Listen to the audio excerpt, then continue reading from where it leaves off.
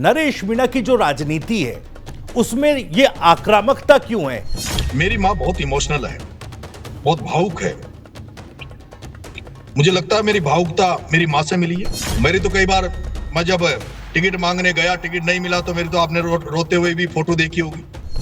राजस्थान की राजनीति में कांग्रेस पार्टी में जी सारे धरे एक होकर सचिन पायलट की राजनीतिक हत्या करना चाहते हैं। कोई बातचीत हुई आपकी अभी हाल फिलहाल सचिन पायलट से? नहीं जी मैंने कहा ना, अब नरेश मीणा जेल से आने के बाद किसी के दरबार पे नहीं जाएगा। लेकिन राजस्थान की राजनीति में कांग्रेस को चलाने वाले लोगों को ये भी पता है, राजस्थान के लोगों को भी पता है कि वो प्रमोद जैन भाया की कीमत इसलिए कांग्रेस में क्योंकि उसने 5 करोड़ रुपए अभी जो कांग्रेस का कार्यालय बन रहा है उसमें दिए हैं।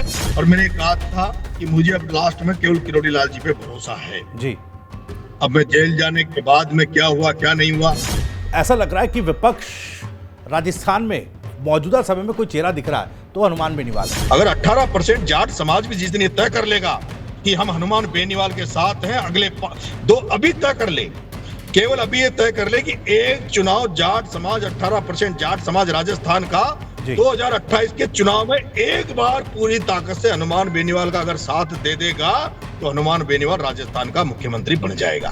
दिनेश खोरनिया पूरे उदयपुर अंचल की राजनीति अपने हाथ में रखता, टिकट वो बांटता है, जिसके 5 वोट कांग्रेस को नहीं मिलते और वो पैसे लेके टिकट दिलवाता है। तो वो उसी कारण रहा कि आज वागड़ क्षेत्र जो उदयपुर का अंचल है वो कांग्रेस के हाथ से निकल गया और एक राजकुमार रोत ने एक नई क्रांति वहां पैदा कर दी। भाई बेहतर मुख्यमंत्री कौन है?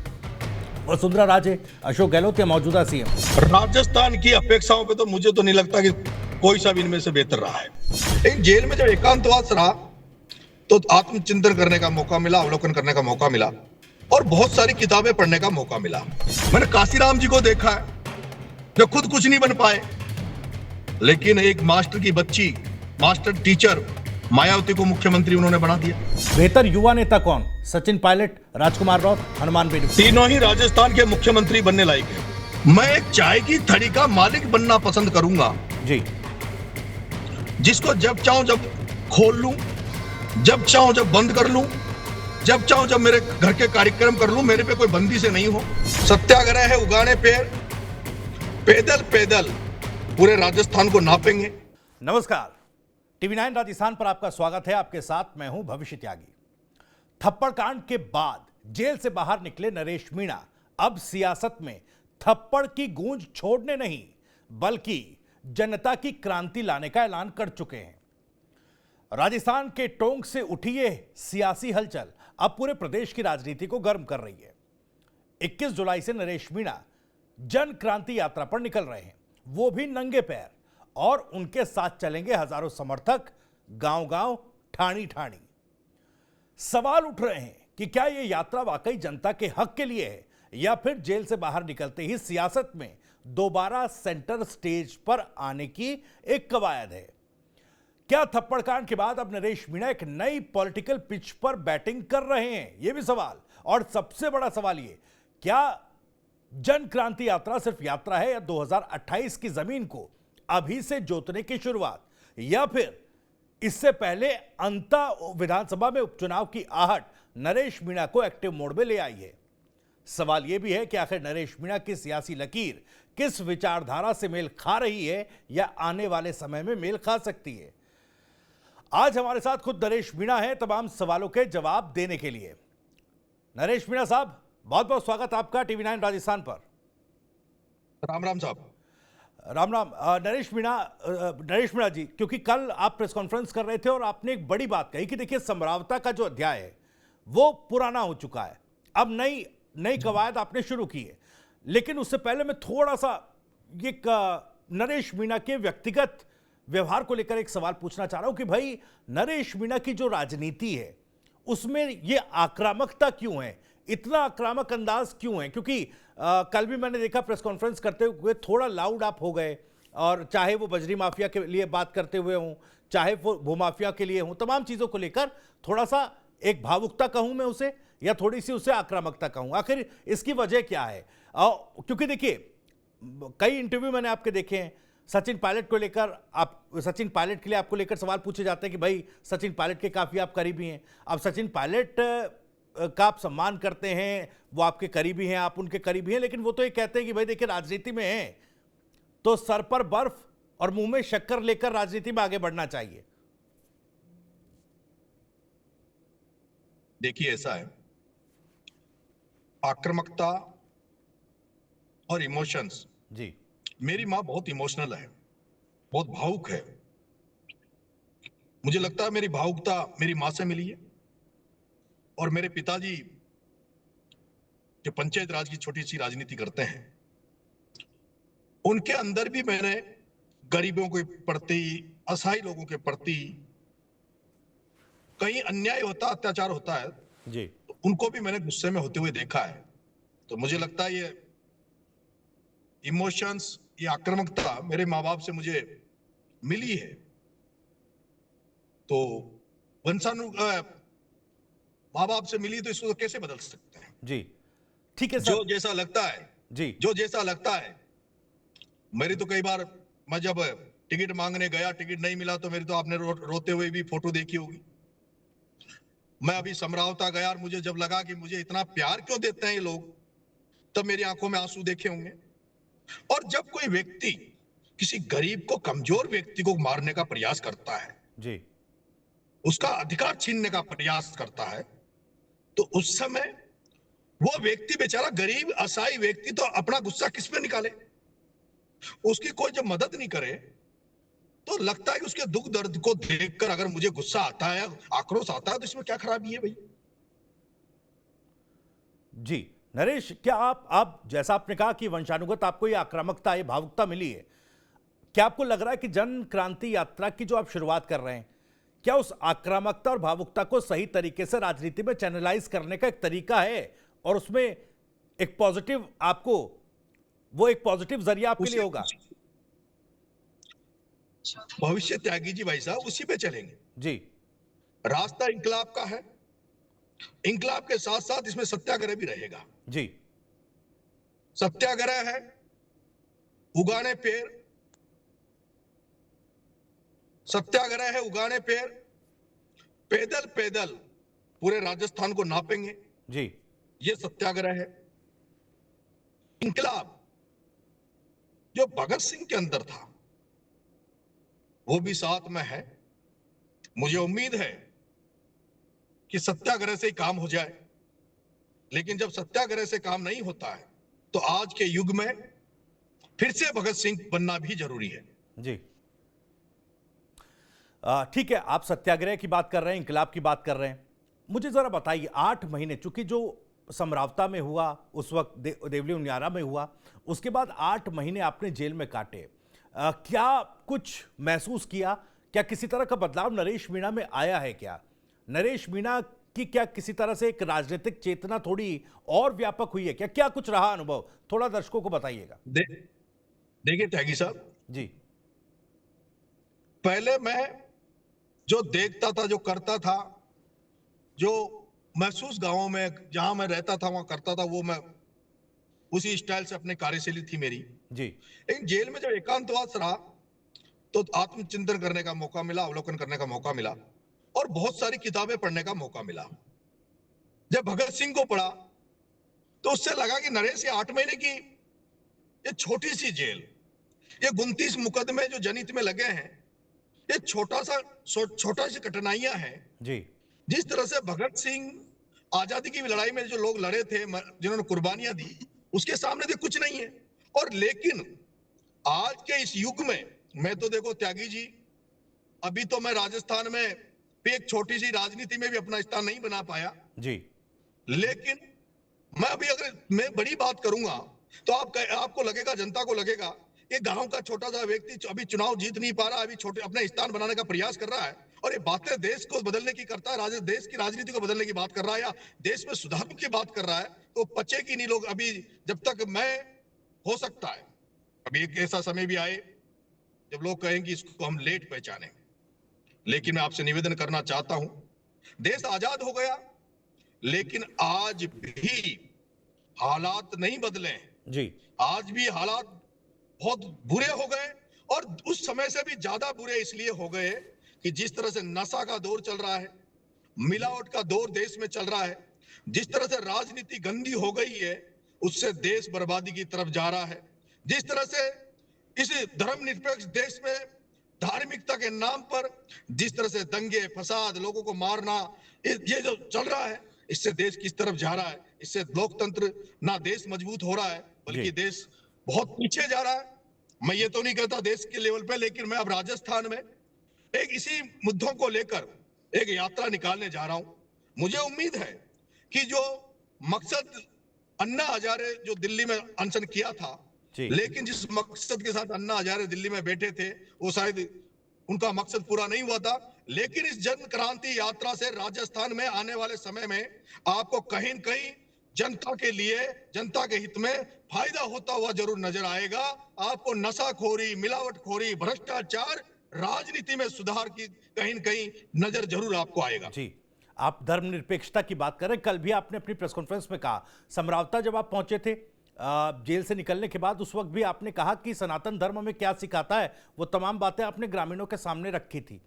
तो क्या ये मानकर चला जाए कि जिस तरह से चर्चाएं सोशल मीडिया पर भी हैं, राजस्थान के राजनीतिक गलियारों में भी लोग पूछ रहे हैं सवाल कि भाई नरेश मीणा आगे करेंगे क्या, कांग्रेस में क्या वापसी होगी किसी तरीके से, या बीजेपी में जाएंगे, तो ये मानकर चला जाए, क्योंकि कई लोग कह रहे हैं कि भाई बीजेपी से कोई अंदर खाने कुछ पर्दों के पीछे जो है कुछ बातचीत हुई है, तो ऐसा मानकर चला जाए कि अभी नरेश मीणा दूरी बना रहे हैं। त्यागी जी, जो लोग मेरे प्रति आकलन लगा रहे हैं जी, वो बहुत छोटा आकलन कर रहे हैं। मैं आपसे निवेदन करूंगा जी, मैंने बाला साहेब ठाकरे को भी पढ़ा है, उनकी भी राजनीति को मैंने देखा है जी, मैंने उन बड़े दिग्गज नेताओं को देखा है। मैंने लालू यादव को मैं पढ़ता हूं, मैंने काशीराम जी को देखा है जो खुद कुछ नहीं बन पाए, लेकिन एक मास्टर की बच्ची, मास्टर टीचर मायावती को मुख्यमंत्री उन्होंने बना दिया। ऐसे जो बड़े लोग हैं, चौधरी चरण सिंह जी, मैं एक त्यागी जी, एक किसान परिवार, साधारण परिवार, गांव के परिवेश से मैं निकल कर आया हूं जी, और मैं दुख दर्द जानता हूं कि गांव में आज भी पिछड़ापन कितना है, आज भी भेदभाव लोगों के साथ हो रहा है, बहुत बुरी स्थिति है। और ऐसे में मैंने ये कहा है कि जब भी मैं कोई राजनीतिक फैसला लूंगा, सारे जो मेरे शुभचिंतक है, सारे लोग जो मुझे चाहने वाले हैं, उनको इकट्ठा करूंगा और जो बहुमत में उनका जो फैसला आएगा जी, उस फैसले की पूरी पालना नरेश मीणा करेगा। जी, ठीक है, आप ये कह रहे हैं। चलिए, मैं ये मानकर चल रहा हूं कि भाई आप दलगत राजनीति से थोड़ा सा अभी दूरी बनाए हुए हैं और फिलहाल जनसंपर्क के जरिए, आंदोलन, सत्याग्रह, इंकलाब के जरिए आप एक नई सियासी धुरी सेट करने में लगे हैं। लेकिन अब क्या अंता, जो उपचुनाव की चर्चा चल रही है, अंता में जिस तरीके से सदस्यता गई विधायक की, उसके बाद वहां हो सकता है कि उपचुनाव हो, क्या उस दिशा में भी नरेश मीणा सोच रहे हैं? त्यागी जी, मैं एक बात कहना चाहता हूं जी, मैं एक चाय की थड़ी का मालिक बनना पसंद करूंगा जी, जिसको जब चाहूं जब खोल लूं, जब चाहूं जब बंद कर लूं, जब चाहूं जब मेरे घर के कार्यक्रम कर लूं। मेरे पे कोई बंदी से नहीं हो, मेरे पे कोई बंदी से नहीं हो कि मैं उसको कैसे चलाऊं। वो उससे 100 गुना अच्छा मैं मानता हूं जब आप किसी शोरूम में या किसी भी जगह, बहुत बड़ी जगह में किसी के अधीन रहकर काम करते हो, उसकी अधीनता मानते हो, तो वो अधीनता, वो बड़े शोरूम में रहकर वो कहे जितने बजे आऊं, जितने बजे जाऊं, फिर मेरी मन की इच्छा पूरी नहीं कर पाऊं, तो उस जगह रहना मेरे लिए उससे ज्यादा अच्छा रहेगा चाय की थड़ी खोलना। लेकिन अगर ऐसा मौका मिलता है कि शोरूम का मालिक से सम्मान मुझे रखता है, जी, पार्टनरशिप बराबर की देता है, और उस पार्टनरशिप के माध्यम से, शोरूम के माध्यम से अगर मैं मेरे लोगों का भी भला कर पाऊं जो मेरे से उम्मीद करते हैं, तो वो भी रास्ता ठीक है। लेकिन केवल शोरूम में गुलाम बनकर, केवल शोरूम मालिक जो कहे वही करके वहां रहना पड़े, तो मैं नहीं रहूंगा। बिल्कुल, जो बात आप कह रहे हैं ठीक है, लेकिन क्या ये नाराजगी है कि भाई 2 बार आपको टिकट नहीं मिल पाया, कांग्रेस पार्टी के लिए आप काम करते रहे, छबड़ा, फिर देवली उनियारा, टिकट आपको नहीं मिला, लेकिन अब क्या आप कह, भाई ठीक है, आप कह रहे हैं कि मैं अकेला चलूंगा, आपका इशारा इसी तरफ है, फिलहाल के लिए जनसंपर्क आप कर रहे हैं। लेकिन जो कई एक ऐसे नेता हैं जिनसे काफी ज्यादा आप धन्यवाद भी करते हैं, प्रहलाद गुंजल हो गए, उनका भी आपने कहा, कल जिक्र एक और नेता का आपने किया, पूर्व मंत्री का, उनका भी जिक्र किया, तो उनकी तरफ से कुछ बातचीत हो रही है क्या? क्या नरेश मीणा को लेकर वो लोग चाह रहे हैं? क्योंकि चुनावों में भी हमने देखा, उपचुनाव के दौरान काफी साथ आपका दिया उन्होंने। मैंने एक बात कही थी जेल से निकलने के बाद जी कि जिस तरह से जनता जनार्दन ने मुझे आशीर्वाद दिया और जिस तरह से नीली छतरी वाले की कृपा मेरे ऊपर रही है, उससे अब मैं इतना कमजोर नहीं हूं कि किसी के दरवाजे पे जाके भीख मांगू। जी माननीय त्यागी जी, आपने कहा 2 बार मैंने टिकट मांगा, 2 बार नहीं, मैंने 2 बार छबड़ा देवली उनियारा से विधानसभा का टिकट मांगा। इसके अलावा मैंने दौसा की लोकसभा सीट से भी टिकट मांगा था, जी लेकिन मुझे कांग्रेस पार्टी ने टिकट नहीं दिया। मैं कहना चाहता हूं कि राहुल गांधी जी एक जातीय जनगणना की बात कर रहे हैं। वो जनगणना के आधार पर, संख्या के आधार पर प्रतिनिधित्व देने की बात करते हैं।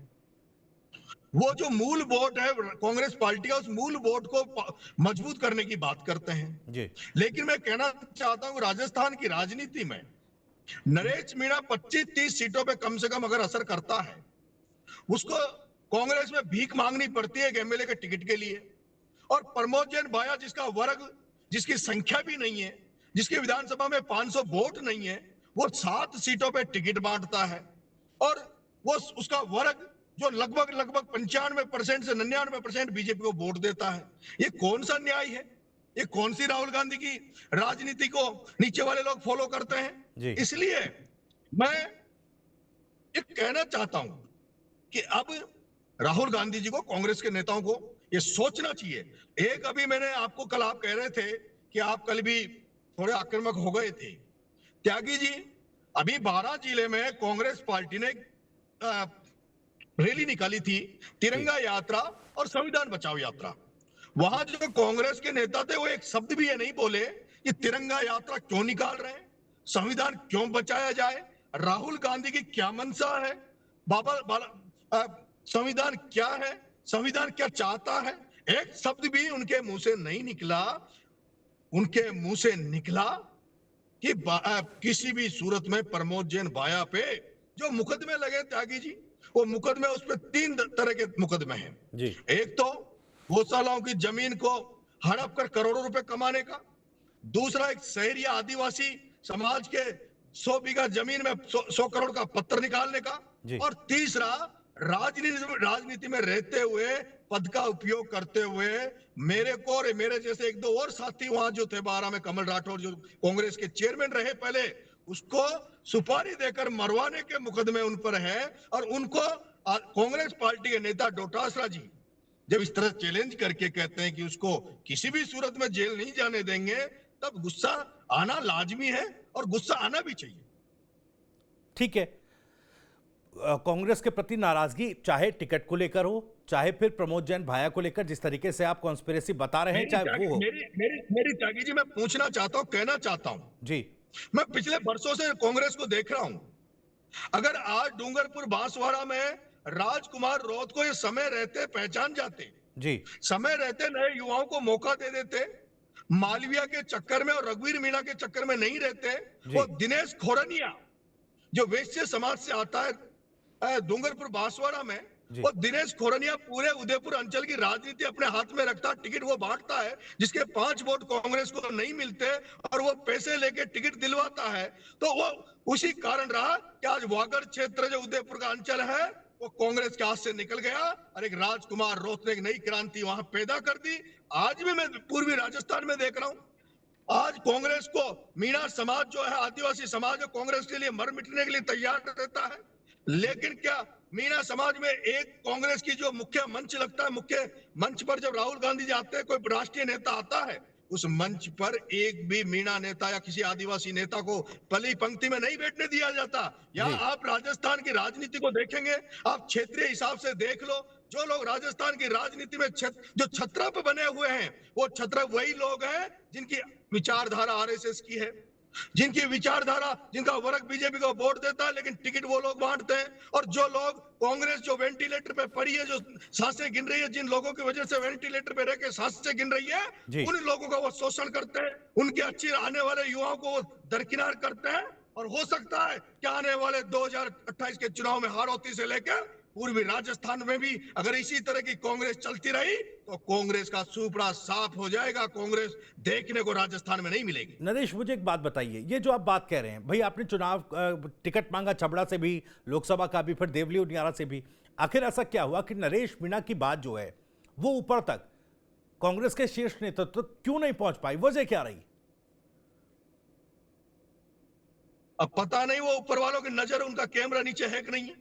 जी और ये फर्क मानता हूं त्यागी जी, देश में दो राष्ट्रीय पार्टियां हैं। जी मैं इसमें 100 गुना अच्छा मानता हूं भारतीय जनता पार्टी को, कि भारतीय जनता पार्टी में जिस तरह से मौके मिलते हैं आम लोगों को, मैंने बहुत लोगों को देखा जिनके माँ बाप एमएलए मंत्री नहीं रहे लेकिन उनको भारतीय जनता पार्टी में मौका नहीं मिला। लेकिन राहुल गांधी का कैमरा जब तक लोकल लेवल पे, जिले लेवल पे खुद का सर्वे नहीं होगा, खुद की इंटेलिजेंस राहुल गांधी की नहीं होगी, तब तक राहुल गांधी सफल नहीं होगा। कांग्रेस को जिंदा करने के लिए केवल अकेला राहुल गांधी मेहनत करेगा तब कांग्रेस मजबूत नहीं होगी। कांग्रेस जब मजबूत होगी जब कांग्रेस में नीचे बैठे लोग भी राहुल गांधी को मजबूत करेंगे। और मैं देख रहा हूं सारे कांग्रेस में जो बैठे हैं वो कांग्रेस के हितैषी नहीं है, वो खुद के स्वार्थों की पूर्ति देश में करते हैं। यही तो कारण रहा मध्य प्रदेश में कांग्रेस की सरकार नहीं आई, यही तो कारण रहा हरियाणा में कांग्रेस की सरकार नहीं आई, यही तो कारण रहा राजस्थान में कांग्रेस की सरकार नहीं आई। मैं आपके माध्यम से अगर राहुल गांधी तक बात पहुंचे, मैं तो किस जगह जाऊंगा, कहां रहूंगा, लेकिन मैं चाहता हूं कि यहां इस देश में पक्ष और विपक्ष मजबूत रहना चाहिए। मैं कहना चाहता हूं राहुल गांधी अपने कैमरे को जो अंतिम छोर है, गांव ग्रामीण ढानियां है, वहां तक भेजने का क्रिया करो। आपकी नजर वहां तक पहुंचाओ जहां अंतिम छोर तक लोग बैठे हैं, और आपकी इंटेलिजेंस को मजबूत करो। आपका सगा, आपके जो एआईसीसी में आसपास बैठते हैं, आपके दिल्ली में बैठते हैं, वो भी आपके सगे नहीं है। आपके ऑफिस में जो पीए बैठते हैं वो भी आपके सगे नहीं है। आपको अगर मजबूत होना है, आपकी खुद की इंटेलिजेंस बनानी होगी, वो चाहे आप पैसे से बनाओ या आप कॉमर्शियल बनाओ, कैसे भी बनाओ, लेकिन आपको ओरिजिनल अपडेट देश में आना चाहिए। आज एक प्रमोद जैन भाया सुनने में आता है, कैसा मैसेज जाता है कि वो दिल्ली में एआईसीसी को चलाता है, वो भारत जोड़ो यात्रा का पूरा खाने का जो खर्चा था वो प्रमोद जैन भाया चलाता है। अहमदाबाद में जो अभी कार्यक्रम हुआ वो भाया प्रमोद जैन भाया चलाता है। अब इस बात का पता राहुल गांधी को है नहीं है मुझे नहीं पता, लेकिन राजस्थान की राजनीति में कांग्रेस को चलाने वाले लोगों को यह भी पता है, राजस्थान के लोगों को भी पता है कि वो प्रमोद जैन भाया की कीमत इसलिए कांग्रेस में क्योंकि उसने 5 करोड़ रुपए अभी जो कांग्रेस का कार्यालय बन रहा है उसमें दिए हैं। उसने कई कांग्रेस के जो टिकट बेचने वाले, मंत्री बनाने वाले, वो जो मुख्य जो हाईकमान राजस्थान में कांग्रेस के जो हाईकमान बैठी है, उनके घर के चूल्हे भी प्रमोद जैन भाया के पैसों से चलते हैं। त्यागी जी, ये शायद नेशनल चैनल है, मुझे छोटी बात नहीं बतानी चाहिए, लेकिन मैं कहना चाहता हूं हाड़ौती एक छोटी सी राजनीति, हाड़ौती की राजनीति जहां 17 सीटें हैं, वहां जो कांग्रेस टिकट बांटती है, वहां जो कोठा कांग्रेस ने बना रखा है, 2 मीणाओं को देते हैं, 2 गुजरों को देते हैं, 2 ब्राह्मण समाज को देते हैं, 2 वैश्य समाज को देते हैं, 2 राजपूत समाज को देते हैं। वहां एक भी कांग्रेस पार्टी धाकड़ को टिकट नहीं देती, एक भी कांग्रेस पार्टी धाकड़ समाज में टिकट नहीं देती। जहां मीणा समाज, गुजर समाज, जहां दलित समाज, जहां माइनॉरिटी समाज 90% कांग्रेस को वोट देता है, जिनकी संख्या 90% लाखों में है, लाखों में, उनको भी 2 टिकट। और जो वैश्य समाज जो 5% है, 2% है, वो वोट बीजेपी को देते हैं, उनको भी 2 टिकट। ब्राह्मण समाज कितना कांग्रेस को टिकट देता है, वोट देता है, उनको भी 2 टिकट। ये जो आप किस तरह की जातीय जनगणना की बात करते हैं, जातीय आधार संख्या के आधार पर प्रतिनिधित्व देने की बात करते हैं, आपको मैं अभी कहना चाहता हूं 2023 के जो टिकट बटे, 2023 के टिकट बटे, प्रमोद जैन भाया जहां ऊपर पैसा जो भेज रहा है, वो पैसा भी प्रमोद जैन भाया ने कांग्रेस से जीतकर कांग्रेस के कार्यकर्ताओं के पैसों को ऐंठ कर बनाया है। त्यागी जी, मैंने अभी पता किया, वहां जो झालावाड़ 12 लोकसभा जहां से इसकी पत्नी 2 बार लड़ी, ये 1 बार लड़ा, 3 बार चुनाव हार चुका है। त्यागी जी, 3 बार लोकसभा का चुनाव हार चुका है। और इसने 1 बार जो प्रमोद शर्मा को टिकट दिलवाया, वो भी इसलिए दिलाया क्योंकि उसके वो डमी कैंडिडेट था, वो मजबूत कैंडिडेट नहीं था, इसलिए दिलाया क्योंकि ये मजबूत रहे, ये हाड़ौती की राजनीति में कब्जा करना चाहता था। ये व्यक्ति ऐसे टिकट दिलाता, अभी इसने 2023 में जो 7 टिकट झालावाड़ 12 में दिए, एक टिकट सचिन पायलट ने सुरेश गुर्जर को दिया, वो चुनाव जीता। एक टिकट खानपुर में सुरेश गुर्जर को दिया, वो चुनाव जीता। और जी 7 टिकट जो प्रमोद जैन भाया ने दिए, वो सातों के साथ हारे। और उनसे सबसे इसने 1-1 करोड़ रुपए लिए हैं। और ऊपर हाईकमान को ये कहा है, राजस्थान के हाईकमान को, कि साहब मैं कहूं जिनको टिकट दे दो उनको जीता कर मैं लाऊंगा, और उनको जो चुनाव लड़ने का जो पार्टी फंड से पैसा दिया जाता है उसको भी आप मत देना। प्रमोद जैन भाया उनको पार्टी फंड का पैसा भी देगा, लेकिन इसने उनको पैसा भी दिया वापस। लेकिन जो पहले तो ले लिए टिकट के नाम पर करोड़ करोड़ रुपए, और फिर 50 लाख रुपए वापस दे दिए कि ये पार्टी फंड में तुम चुनाव लड़ लो। जी मतलब वो टिकट के नाम पर भी 50 लाख रुपए पर कैंडिडेट कमा लिए, और उनकी बाद में उनकी जमानतें जब्त हुई। और अगर ऐसे ही कांग्रेस चाहेगी तो राजस्थान में बर्बाद हो जाएगी, खत्म हो जाएगी। ठीक है सर, उम्मीद करता हूं कि बातें, आरोप जो आप लगा रहे हैं, आपकी जो पहली पार्टी रही जिसमें आप रहे उन तक, शीर्ष नेतृत्व तक ये बात पहुंचेगी। लेकिन सचिन पायलट को लेकर जेल जाने से पहले, जब आप भी टिकट की उम्मीद में थे और अब जेल से जब आप बाहर हैं, अपनी सियासी राह खुद तय करने की दिशा में आगे बढ़ रहे हैं, आप सचिन पायलट को लेकर क्या इस वक्त सोच रखते हैं? क्या आपका रवैया? मैं खुलकर ये पूछ रहा हूं। राजस्थान की राजनीति में कांग्रेस पार्टी में जी सारे धरे एक होकर सचिन पायलट की राजनीतिक हत्या करना चाहते हैं। जी और मुझे लगता है कि कभी भी भारतीय जनता पार्टी में किरोड़ी लाल मुख्यमंत्री नहीं बन सकता। जी मुझे ऐसा लगता है कि जिस तरह से मैं देखता हूं, हो सकता है सचिन पायलट को भी कभी न कभी एक बागी बनना पड़े, क्योंकि मैं जब दोषी मानता सचिन पायलट को कि वो खुद, अरे भाई उनकी चलती तो खुद मुख्यमंत्री बन जाते हैं। जी कहीं कहीं नहीं चली इसलिए मुख्यमंत्री नहीं बन पाए। और हो सकता है नरेश मीणा को इसलिए टिकट नहीं मिल रहा कि नरेश मीणा को टिकट सचिन पायलट दे दे, सचिन पायलट बहुत मजबूत हो जाएगा। हो सकता है सचिन पायलट को कमजोर करने के लिए मुझे टिकट नहीं दिया गया हो सकता है सचिन पायलट ने अंदर से प्रयास किए हो, लेकिन दूसरे लोगों ने नहीं माने हो। इसलिए मैं जहां तक मैं देखो त्यागी जी, मैं सच्चा ईमानदार आदमी हूं, गांव से निकल कर आया हूं। सच्चा ईमानदारी मेरे जहन में है, मेरे दिल में है। मैं जो सोचता हूं, जो मेरे है, वो मैं मानता हूं। इसलिए मैं सचिन पायलट साहब का कोई दोष नहीं मानता। कोई बातचीत हुई आपकी अभी हाल फिलहाल सचिन पायलट से? नहीं नहीं नहीं जी मैंने कहा ना, अब नरेश मीणा जेल से आने के बाद किसी के दरबार पे नहीं जाएगा। जी ठीक है। किरोड़ी लाल मीणा साहब का मैं एक इंटरव्यू देख रहा था, नरेश जी, उनसे किसी ने सवाल किया कि भाई नरेश मीणा को लेकर आपका क्या कहना है? वो कह रहे हैं कि भाई देखिए, हिंसा तो बर्दाश्त नहीं होगी, लेकिन नरेश मीणा के पिता भी, उन्होंने भी मुझसे मुलाकात नहीं की। मैं तो कह रहा था कि भाई सरेंडर मत करिए, और मुझे पूछ नहीं रहे। इस तरह की बातें वो कर रहे हैं, इस पर आपका क्या कहना है? देखो, डॉक्टर किरोड़ी लाल जी के लिए मैं इतना सा कहूंगा, जब मैं गिरफ्तार हुआ था तो मैंने कहा था जी, क्योंकि मैंने उनको भगवान की तरह पूजा मैंने डॉक्टर साहब की है, भगवान की तरह। मैंने पार्टियां छोड़ी, सब कुछ छोड़ा, परिवार छोड़ा। जी एक बार ऐसी स्थिति थी कि मेरे माँ बाप ये चाहते थे कि मैं भी वसुंधरा के साथ रहूं। मैंने विद्रोह किया, बागी बना और डॉक्टर किरोड़ी लाल के साथ लगा। और जब मेरे पे संकट आया, लास्ट में मेरे पास ये था कि मैंने कहा, आदमी में कोई नहीं होता है, तब आदमी सोचता है। और मैंने कहा था कि मुझे अब लास्ट में केवल किरोड़ी लाल जी पे भरोसा है। जी अब मैं जेल जाने के बाद में क्या हुआ क्या नहीं हुआ, और मैं आपके माध्यम से ये कहना चाहूंगा, डॉक्टर साहब मेरे सम्मानीय हैं, हमारे सीनियर नेता हैं। जी मैं 45 साल का मेरे को हुई है, और 45 साल से डॉक्टर साहब राजनीति में हैं। डॉक्टर साहब का मैं बहुत ज्यादा सम्मान करता हूं, करता रहूंगा। इसलिए करता हूं, करता रहूंगा क्योंकि वो संघर्ष के पर्यायी हैं, आंदोलन के प्रणेता हैं। वो भी भगत सिंह, ये जो लड़ाके हुए हैं देश में, उन्हीं की तरह डॉक्टर साहब भी हैं। वो कहीं भी रहे, किस विचारधारा में रहे, किसके साथ रहे, मुझे उनसे कोई शिकायत नहीं है। मैं उनसे भी आशीर्वाद चाहता हूं कि मैं चाहे दूर रहूं, कहीं भी रहूं, वो भी मेरे सिर पर अपना हाथ रखे, मेरे को आशीर्वाद दे। क्या इस पूरे मामले में एक अनुभव वाला नेता किरोड़ी लाल मीणा और एक युवा नरेश मीणा एक सेम पेज पर क्यों दिखाई नहीं दिए? क्या किरोड़ी लाल मीणा साहब को ये लगने लगा है कि नरेश मीणा, जो किरोड़ी लाल मीणा की पॉलिटिक्स है, जो उनका वोट बैंक है, क्या उसमें पेनिट्रेट कर सकते हैं? क्या इस वजह से ये दूरी है? वो सेम पेज पर क्यों नहीं आ पाए? देखो त्यागी जी, हमारी जो कंडीशन है, सिचुएशन है जी, वो मैं बाला साहेब ठाकरे और राज ठाकरे में देखता हूं। बाला साहेब के रहते हुए राज ठाकरे उनका सम्मान करते रहते। बाला साहेब के रहते हुए अगर राज ठाकरे अलग से पार्टी नहीं बनाते, तो मेरा ये अनुमान, मेरा मानना है, जनता क्या कहे, लोग क्या कहे, मुझे नहीं पता, लेकिन अगर बाला साहेब ठाकरे के जिंदा रहते हुए अगर राज ठाकरे बागी नहीं होते परिवार से, तो आज राज ठाकरे साहब महाराष्ट्र के और शिवसेना के तो मालिक वो होते। जी मैं ये चाहता हूं कि जब तक डॉक्टर साहब हैं, मेरे उनसे बहुत शिकायत शिकवे हैं या कई जो भी है, पर मैं चाहता हूं कि जब तक डॉक्टर साहब हैं मैं उनका सम्मान करता रहूं। जी और वो, मैं ये मानता हूं हमारे बीच में ऐसा कुछ नहीं है, कोई मतभेद नहीं है, कोई मनभेद नहीं है। राजनीति में अलग अलग जगह अलग अलग प्लेटफॉर्म पे आप काम कर सकते हो, एक दूसरे का सम्मान कर सकते हो, एक दूसरे को आशीर्वाद दे सकते हो। लेकिन हमारे जो साथ में कुछ लोग हैं, वो मेरे मान लो या उनके मान लो, वो लोग भड़काने का काम करते हैं। वो लोग चाहते हैं कि ये दोनों ही कमजोर हो।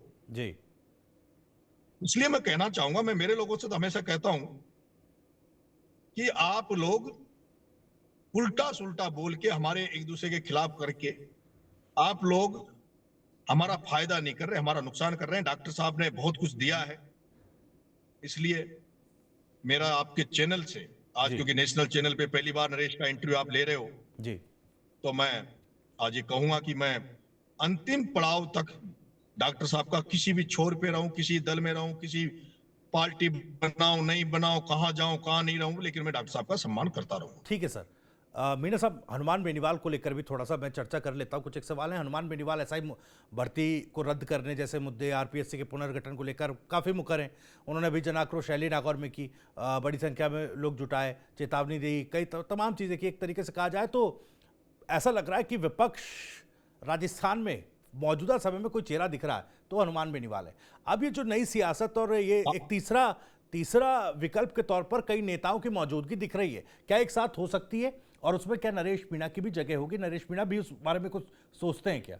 मान लीजिए मैं रविंद्र सिंह भाटी, राजकुमार रौत, हनुमान बेनीवाल, और ये पूरा जो एक अलग से एक पूरी तस्वीर नजर आती है, इसमें नरेश मीणा भी कहीं फिट बैठ सकते हैं क्या? देखो त्यागी जी, मैंने जब विधानसभा उपचुनाव लड़ा था तो सारे लोगों को आमंत्रित किया था। जी कुछ कारण रहे होंगे, कुछ समस्या रही होगी, तो मेरे को आशीर्वाद लोग मेरे साथ नहीं आ पाए। नहीं तो मैंने तब ये कहा था कि उपचुनाव, देवली उनियारा का जो उपचुनाव है राजस्थान के 2028 के चुनाव का फैसला भी तय करेगा। जी मैं अकेला लड़ा, लड़ाके की तरह लड़ा, और जनता ने मुझे आशीर्वाद दिया, भरपूर आशीर्वाद दिया, 60,000 वोट मुझे दिए। और दुर्घटनावश अगर ये जो समझौता, ये जो कांड हुआ, ये अगर उस समय, उसके पहले मैं 8 महीने जेल काट लेता, किताबें पढ़ लेता, इतना चिंतन कर लेता, तो शायद ये घटना नहीं होती। जी अगर ये घटना नहीं होती तो त्यागी जी हो सकता था मैं विधानसभा का विधायक भी अभी होता। क्योंकि उस घटना घटने के बाद एक समाज विशेष जो जाट समाज है, वो मेरे से कहीं गुस्से में हो गया था, नाराज हो गया था, और इस कारण से मुझे वोटों में नुकसान हुआ। जी लेकिन भाई साहब, हनुमान बेनीवाल जिनका आप जिक्र कर रहे हो, हनुमान बेनीवाल जी केवल अभी विपक्ष की भूमिका नहीं कर रहे, अभी केवल लड़ाई नहीं लड़ रहे। भाई साहब, हनुमान बेनीवाल जी जिस विश्वविद्यालय की छात्र राजनीति से मैं निकल के आया हूं, राजस्थान विश्वविद्यालय, उसी छात्र यूनिवर्सिटी के वो भी विश्वविद्यालय के अध्यक्ष रहे। मैं तो अध्यक्ष नहीं बन पाया, लेकिन वो अध्यक्ष रहे। और उनका वो जो जलवा था विश्वविद्यालय में चुनाव के समय, विश्वविद्यालय के चुनाव लड़ते हुए, वो जलवे भी उनके उसी तरह के थे। आज भी वो जलवे बरकरार है, आज भी वो लड़ाके हैं और लड़ते हैं, आम जन के लिए लड़ते हैं, गांव गरीब के लिए लड़ते हैं, किसानों के लिए लड़ते हैं। और जब वो इस तरह से लड़ते हैं, सड़कों पे लड़ते हैं और मुखर होकर लड़ते हैं, तब हमें अच्छा लगता है कि हमारा बड़ा भाई राजस्थान की राजनीति में अगर अलग से छाप छोड़ रहा है, अलग से खुद की सम्मान के साथ, स्वाभिमान के साथ लड़ाई लड़ रहा है। लेकिन मुझे दुख इस बात का राजस्थान की राजनीति में कि अगर जाट समाज जो राजस्थान की राजनीति में 18% है, वो 18% जाट समाज से, मैंने पहले भी कहा था, अगर 18% जाट समाज भी जिस दिन ये तय कर लेगा कि हम हनुमान बेनीवाल के साथ हैं, अगले दो अभी तय कर ले, केवल अभी ये तय कर ले कि एक चुनाव जाट समाज, 18% जाट समाज राजस्थान का 2028 के चुनाव में एक बार पूरी ताकत से हनुमान बेनीवाल का अगर साथ दे देगा तो हनुमान बेनीवाल राजस्थान का मुख्यमंत्री बन जाएगा। लेकिन क्योंकि 18% संख्या बहुत होती है, मुझे लगता है कि मुलायम सिंह जी यादव, लालू यादव जिस तबके, जिस दमखम से मुख्यमंत्री बने, शायद उनकी संख्या भी इतनी वहां रही होगी। तो लेकिन इसके लिए पहले तो पूरी कौम का 100% साथ आना, फिर दूसरी कौमों में कौन लोग आपके साथ आ रहे हैं, और वो जो साथ में आ रहे हैं वो किस ईमानदारी के साथ आ रहे हैं। जी अभी तक राजस्थान में कई पार्टियां बनी है त्यागी जी। देवी सिंह जी भाटी ने सामाजिक न्याय मंच बनाया, 1 सीट आई। यहाँ घनश्याम तिवारी ने भारतीय वाहिनी पार्टी बनाई, 1 भी सीट नहीं आई। जी। किरोड़ी लाल जी ने यहाँ राजपा बनाई, जाति के नाम पर आधारित ये पार्टियां थी, 4 सीट आई। 13 सीटों पर किरोड़ी लाल जी सेकंड रहे। 4 सीट किरोड़ी लाल जी चुनाव जीते, 13 पे सेकंड रहे, बहुत कम मार्जिन से हारे। इसका मतलब 17 सीटों पे किरोड़ी लाल जी चुनाव जीते थे। जी। किरोड़ी लाल जी राजस्थान में मीणा समाज, हमारे मानना है सबका, अगर उस समय किरोड़ी लाल जी बसपा से गेम प्लान कर जाते तो राजस्थान के मुख्यमंत्री होते। थोड़ा सा सहारा भी 5-10 हजार 15 हजार वोटों का सहारा 30 सीटों पे 40 सीटों पे किरोड़ी लाल जी को मिल जाता तो वो मुख्यमंत्री बन जाते, लेकिन केवल मीणाओं की पार्टी बन के रह गया। जी। आज हनुमान बेनीवाल जी के साथ भी वही हो रहा है। उसके अलावा पहले भी कई पार्टियां बनी, गुर्जरों ने पार्टी बनाई राजस्थान में, ये प्रहलाद जी गुंजल साहब और इन्होंने भी पार्टी बनाई, उसका भी हस्त्री एक सीट पे रहा। सारी पार्टियां राजस्थान में बनी, वो केवल जाति के आधार पे बनी है, और जब तक एक जाति के आधार पे कोई पार्टियां बनेगी वो राजस्थान में सक्सेस नहीं हो सकती। राजस्थान में, क्योंकि जब भी आप राष्ट्रीय पार्टियों के अलावा जब भी विधानसभा लोकसभा में जाते हो तो आपको कम से कम 33% मतदाता तो वो चाहिए जो आपके समर्थक हो, आपके प्रति, क्योंकि 100% में 33% लोग आपके वहां होंगे, तब जाके आपकी पार पड़ेगी। लेकिन मैं ये मानता हूं, अभी राजकुमार रोत जिस उदयपुर में आदिवासी पार्टी बना रखी है, वहां 70% 80% आदिवासी हैं। हम जो आदिवासी समाज जो है उसमें बहुत सारी जातियां हैं, उसमें भील समाज, सैरिया समाज, मीणा समाज, जहां पूर्वी राजस्थान से लेकर हाड़ौती तक मीणा समाज बहुत संख्यक में है। वहां हमारे जो बांगर है उदयपुर संभाग, वहां हमारे जो भील समाज, हमारे जो सैरिया समाज, हमारे जो रोत समाज, वो सारे वहां पर हैं, ग्रासिया समाज, वो सारे लोग, लेकिन उनकी संख्या और हमारी संख्या लगभग मीणाओं बराबर है, लेकिन वो कुछ उसमें है, कुछ सीटों पे है, लेकिन जहां उनकी संख्या बहुत ज्यादा है। और हमारा जो पूर्वी राजस्थान, जयपुर से लेके सवाई माधोपुर, दौसा, करौली, धौलपुर, अलवर से लेके कोटा, बूंदी, बारां, झालावाड़, इन सारे जिलों में जो मीणाओं की संख्या है वो फैली हुई है। किसी भी सीट पे लाख वोटों के ऊपर मीणा नहीं है। जहां मीणाओं की संख्या 60 से 70 हजार वोटों से ज्यादा है, वो सीट रिजर्व सीट है, वो सीट रिजर्व सीट है। अगर यहां पर इस एरिया में अगर गुर्जर, मीणा, एससी, माइनॉरिटी, अगर ये चारों तबके एक हो जाए तो किसी की जरूरत ही नहीं है। और फिर इन चारों तबकों के साथ, गुर्जर, मीणा, एससी, माइनॉरिटी के साथ अगर हनुमान बेनीवाल जी का साथ मिल जाए तो जो हमारे यहाँ जो पूर्वी राजस्थान में और हाड़ौती में जो विधानसभा सीटें, जैसे चाकसू हुई, निवाई हुई, खंडार हुई, हिंडोन हुई, गंगापुर सिटी हुई, आपके मेरा देवली नियारा खुद विधानसभा जहाँ 20,000 जाट समाज का वोट है, वहां एससी समाज 50,000 है, वहां मीणा समाज 50,000 है, वहां माइनॉरिटी 18-20 हजार है। अभी मैं अंता का जो सोच रहा हूं, अंता में आप देख लो 30,000 माइनॉरिटी है, 35,000 मीणा है, 50,000 के लगभग एससी है। ये जो जाट समाज है वो हमारे एरिया में उपयोगी हो सकता है। हनुमान बेनीवाल बहुत उपयोगी हमारे एरिया में हो सकता है, लेकिन तब उपयोगी होगा जब एससी, एसटी, माइनॉरिटी, गुर्जर समाज एक साथ आए। हम अजमेर साइड में चले जाएंगे तो वहां गुर्जर और जाट समाज बहुत बड़ी तादाद में, बराबर की तादाद में, लेकिन वहां मीणा समाज 10-10, 5-5 हजार वहां भी हैं।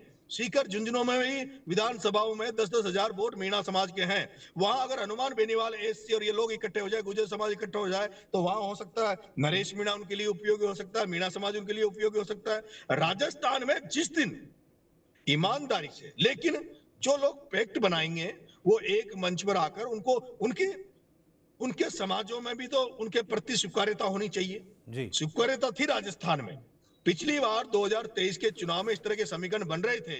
मैंने कहा भाई किरोड़ी लाल जी को मुझे नहीं लगता कभी वो मौका मिलेगा जो वो चाहते हैं भारतीय जनता पार्टी में और राष्ट्रीय पार्टी कांग्रेस में सचिन पायलट जो मौका ढूंढते हैं, मुझे लगता है वो मौका उनको शायद नहीं मिले।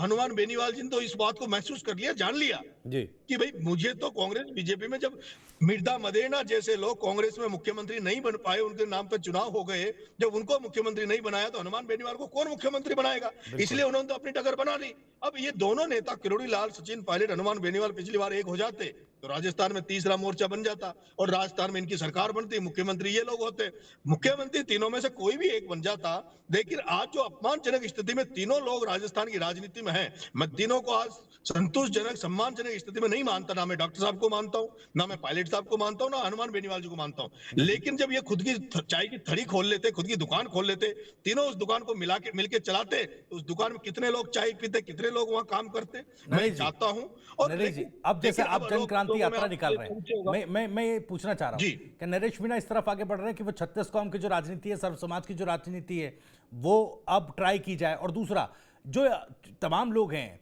ये तमाम समाज को एक साथ लाने और एक विचारधारा के साथ, एक विचार के साथ साथ लाने में क्या अब नरेश मीणा वही कोशिश करने वाले हैं क्या? देखो त्यागी जी, मैं गरीब दीनहीन लोग जो हैं, असहाय लोग हैं, उनकी जो सेवा करना चाहते हैं, जो भ्रष्ट सिस्टम के खिलाफ, जो गंदी राजनीति के खिलाफ जो लोग हैं, उन सबको एक करना चाहता हूं, उन सबको इस राजनीति का शुद्धिकरण करवाना मैं चाहता हूं। मैं हाड़ौती में जो लड़ाई लड़ रहा हूं, हो सकता है लोग उसको जाति विशेष के खिलाफ माने, वैश्य समाज के खिलाफ माने, लेकिन मेरा ऐसा मानना नहीं है। मेरे आज भी वैश्य समाज में, बनिया समाज में मेरा गुरु जो है, मेरे को जो मार्गदर्शित करता है, वो भी बनिया समाज से आते हैं, वो वहां प्रधान रहे हैं, जो मेरे को सारा मेरे को जो करते हैं। मैं किसी के खिलाफ नहीं हूं, लेकिन जो लोग मैं हाड़ौती में जिनके खिलाफ बोल रहा हूं, उन्होंने राजनीति का व्यापारीकरण कर दिया। त्यागी जी, हमारे यहाँ रघुवीर सिंह कौशल जी प्रदेश अध्यक्ष रहे, भारतीय जनता पार्टी में बहुत बड़े नेता रहे। हमारे हाड़ौती में ललित किशोर चतुर्वेदी प्रदेश अध्यक्ष रहे, बड़े मंत्री रहे, बहुत बड़े नेता हाड़ौती में आए। भुवनेश जी चतुर्वेदी हमारे हाड़ौती में रहे, जो नरसिम्हा राव के टाइम पर एजे प्रधानमंत्री के रूप में देश में काम करते थे, वो कोटा से आते थे। त्यागी जी, हमारे यहाँ जुझार सिंह जी कोटा दरबार, हमारे यहाँ बरजराज सिंह जी, हमारे यहाँ कुंदनपुर भरत सिंह जी कुंदनपुर, लोग ऐसे लोग बहुत ईमानदार लोग थे, उनमें मानवीय गुण था। वो लोग जो गांव के लोग उनके पास जाते थे, वो उनका सम्मान करते थे। आज मैं देख रहा हूं, आज ये जो जिन लोगों को मैं खिलाफ बोलता हूं, मैं कोई व्यक्तिगत इनसे लड़ाई नहीं है। आप मैं बताओ, आप मैं अगर इन जिन लोगों से खिलाफ मैं बोल रहा हूं, वो कितने बड़े लोग हैं, क्या मेरी औकात है क्या उनसे लड़ने की? मेरी औकात नहीं है त्यागी जी उनसे लड़ने की, पर मेरे मन में एक ठीस है। और मैं भगत सिंह जब बन चुका हूं, भगत सिंह का रास्ता मैंने अपना चुका हूं, तो अब मेरी इस मामले में अगर जान भी चली जाएगी तो उसके लिए भी मैं तैयार हूं, हर कीमत चुकाने के लिए तैयार हूं। लेकिन मैं चाहता हूं, हाड़ौती की जो राजनीति हो रही है, वहां धाकर समाज सबसे बड़ी संख्या में, धाकर समाज, उसको कोई प्रतिनिधित्व नहीं है जी। वहां गुर्जर समाज, उसको कोई प्रतिनिधित्व नहीं है। वहां दलित समाज को कोई प्रतिनिधित्व नहीं है। और मैं आपको त्यागी जी एक बहुत बड़ी बात बताना चाहता हूं कोटा की राजनीति की, कि कोटा में एक माइनॉरिटी वर्ग से नईमुद्दीन जी गुड्डू को ऐसी सीट पे टिकट दिया जाता है माइनॉरिटी के कोटे में, कांग्रेस से अल्पसंख्यक कोटे में, जहां मुस्लिमों के वोट ही नहीं है जी। जहां मुस्लिमों के वोट नहीं है, वहां आप नईमुद्दीन गुड्डू को टिकट देते हो, और वो 3 बार बेचारा विधानसभा का चुनाव हार गया। और जो शांति धारीवाल जी जिस सीट पे चुनाव लड़ते हैं, जो वैश्य वर्ग से आते हैं, उस सीट पे त्यागी जी 70,000 माइनॉरिटी है, 10,000 एसटी है, और 30-40 हजार एससी है। इन लोगों से मैं जब पूछा, मैंने एक बार जयपुर में पूछा कि कालीचंद जी सर्राफ साहब जिस सीट पे चुनाव जीतते हैं, इस सीट से कांग्रेस क्यों नहीं जीतती जी? तो जो कांग्रेस के प्रत्याशी थे, उन्होंने मेरे से ये कहा कि हमारे यहाँ मीणा नहीं है, हमारे यहाँ एससी नहीं है, हमारे यहाँ माइनॉरिटी नहीं है, इसलिए नहीं जीतते। तो जब जीतने के लिए तो तुम्हें वोट तो इनके चाहिए, और प्रतिनिधित्व देने का नंबर आए तब इनको आप देते नहीं हो। आप एक कितनी बड़ी बात है कि शांति धारीवाल जी खुद जीतने के लिए नईमुद्दीन गुड्डू को ऐसी सीट से केवल इसलिए टिकट दिलाते हैं कि उसको ये लगे कि भाई मुसलमान को टिकट भी दिया और चुनाव भी हार जाए। मैं कहता हूं ना, देव ना, नईमुद्दीन गुड्डू को कोटा उत्तर से टिकट देना चाहिए। अगर हार जाए तो मेरा नाम बदल देना, शांति धारीवाल जी को आप लाडपुरा से लड़ा दो, जहां से नईमुद्दीन गुड्डू को चुनाव लड़ाते हो। अगर शांति धारीवाल तो वहां क्या रहे, वो समय बताएगा। वो अगर कोटा के जननायक है, कोटा के नेता है, हाड़ौती के लाल है, तो उनको हाड़ौती में किसी भी सीट में लड़ लेना चाहिए, उनको जाना चाहिए लाडपुरा में, और नईमुद्दीन गुड्डू को शिफ्ट करना चाहिए कोटा उत्तर में।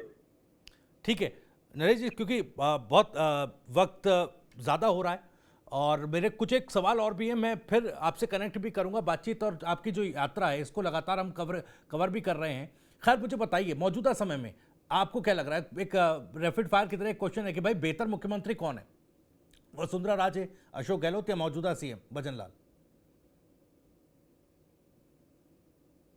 राजस्थान की अपेक्षाओं पे तो मुझे तो नहीं लगता कि कोई सा भी इनमें से बेहतर रहा है जी। बेहतर युवा नेता कौन? सचिन पायलट, राजकुमार राउत, हनुमान बेनीवाल? आपका नाम इसलिए नहीं रख रहा हूं क्योंकि आप आप ही को जज करना है कि कौन बेहतर युवा नेता है। तीनों ही राजस्थान के मुख्यमंत्री बनने लायक हैं। चलिए सर, बहुत बहुत शुक्रिया नरेश जी, आपने समय निकाला, बेबाकी से तमाम सवालों के जवाब दिए और उम्मीद करते हैं बेहतर आपकी जन क्रांति यात्रा जो है वो जनहित में रहेगी और कामयाब होगी। मैं त्यागी जी आपके नेशनल चैनल के माध्यम से, आपके नेशनल चैनल के टीवी 9 के माध्यम से उन तमाम लोगों को इस जन क्रांति यात्रा में बुलाना चाहता हूं, आमंत्रित कर रहा हूं। जिस तरह से आज नशा घर घर पहुंच रहा है, नशे से लाखों करोड़ों लोग मर रहे हैं, जिस तरह से कैंसर फैल रहा है, कैंसर से लाखों करोड़ों लोग मर रहे हैं, जिस तरह से हार्ट अटैक आ रहे हैं, जो मिलावट खोर, जो आपके किचन में जो सब्जियां, फल फ्रूट, जो मिठाई, दूध, घी, जिस तरह का मिलावट हो रहा है, उनसे जो बीमारियां हो रही है, उस मिलावट खोरी के खिलाफ, जो नशाखोरी के खिलाफ, जो भ्रष्ट सिस्टम के खिलाफ, जो ये तमाम बातों को लेकर जो लोग मेरे से, अगर मेरी बातों में दम है और इस बच्चे पर विश्वास करता है, ये बच्चा कुछ ललक रखता है कुछ चेंज करने का, वो मैं कर पाऊं नहीं कर पाऊं, लेकिन जिनको ऐसा लगता है कि ये होना चाहिए, तो वो सब तमाम लोग मैं इस यात्रा में आमंत्रित करता हूं कि मुझे आशीर्वाद देने पधारें। चलिए ठीक है, बहुत बहुत शुक्रिया नरेश मीणा जी समय देने के लिए और तमाम सवालों के बेबाकी से जवाब देने के लिए। तो फिलहाल नरेश मीणा ने अपने लिए एक नए सियासी चैप्टर की शुरुआत कर दी है। अब उस चैप्टर के जरिए जन क्रांति यात्रा की वो शुरुआत करने जा रहे हैं। अब जो क्रांति यात्रा है कितनी कामयाब होगी, किस तरह से नरेश मीणा सियासत में आगे बढ़ेंगे, हर एक चीज पर नजर रहेगी। तमाम अपडेट्स सबसे पहले आप तक पहुंचाएंगे, लेकिन राजस्थान से जुड़ी हर एक खबर के लिए सब्सक्राइब जरूर करिए टीवी 9 राजस्थान। नमस्कार।